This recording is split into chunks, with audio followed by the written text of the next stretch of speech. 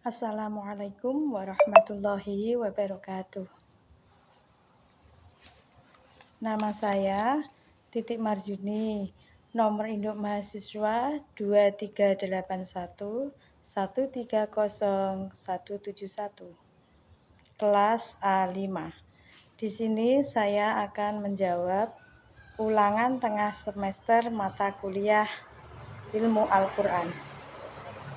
Pertanyaan pertama, bagaimana proses turunnya Al-Quran dan sejarah kodifikasinya?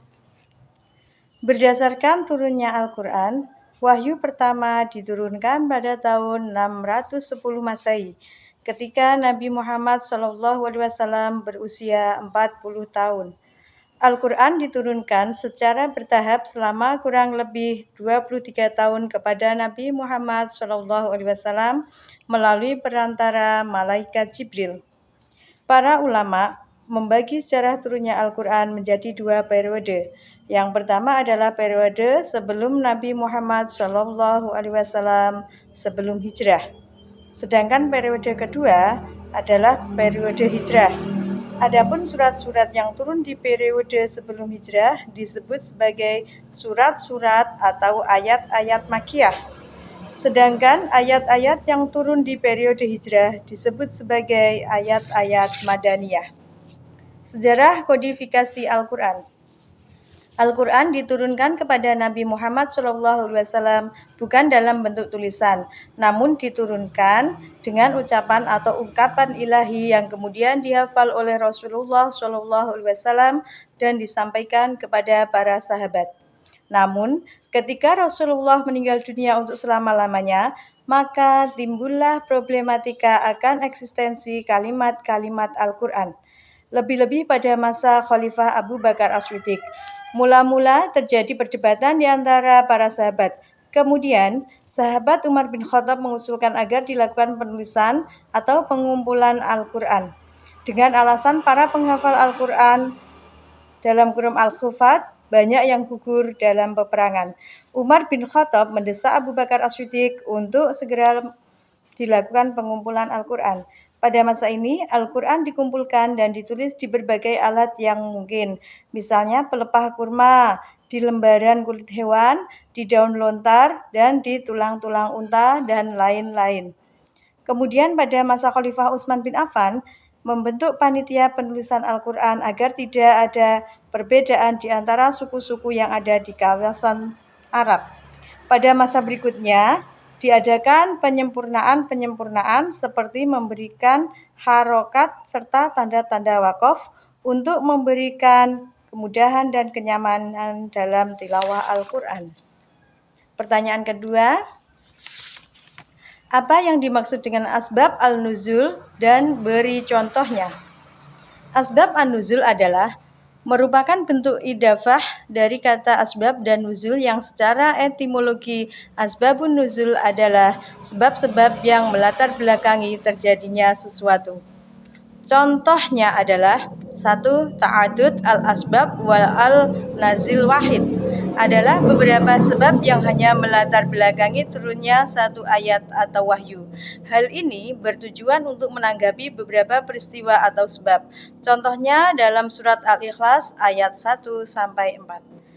2. Ta'adud an-nazil wal asbab wahid adalah satu sebab yang melatar belakangi beberapa ayat. Contohnya terdapat pada surat Ad-Dukhan ayat 10, 15, dan ayat 16. Pertanyaan yang ketiga, apa yang dimaksud dengan munasabah Al-Quran dan beri contoh?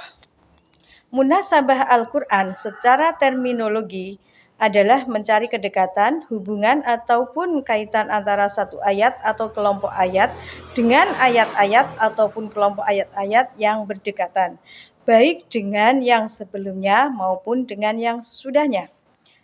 Contoh-contoh munasabah Al-Quran adalah 1. Munasabah antara surah dengan surah. 2. Munasabah antara satu surah dengan surah sebelumnya. 3. Munasabah antara nama surah dengan kandungan isinya. 4. Munasabah antara satu kalimat dengan lainnya dalam satu ayat.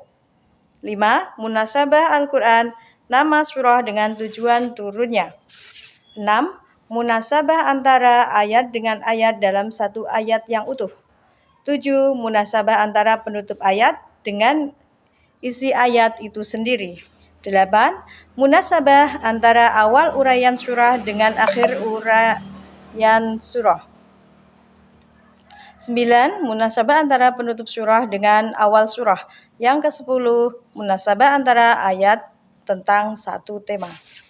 Untuk pertanyaan yang keempat, jelaskan pengertian Makkiyah dan Madaniyah serta apa hikmah ilmu ini. Pengertian Makkiyah adalah ayat Al-Quran yang turun sebelum beliau Nabi Muhammad SAW hijrah atau saat Nabi Muhammad berada di Mekah. Sedangkan Madaniyah adalah ayat-ayat Al-Quran yang turun ketika Nabi Muhammad SAW di Madinah. Hikmah dari pembagian surat Makkiyah dan Madaniyah adalah untuk dijadikan sebagai sarana pembantu dalam menafsirkan Al-Quran, mampu membedakan antara yang nasyih dan yang mansuh, supaya gaya bahasa Al-Quran dapat direnungkan dan dimanfaatkan dalam rangka berdakwah di jalan Allah SWT. Pertanyaan yang kelima, apa yang dimaksud dengan muhkam mutasyabih? Berikan masing-masing contohnya. Pengertian muhkam secara lugawi berasal dari kata hakam, yang berarti memutuskan antara dua hal atau lebih perkara.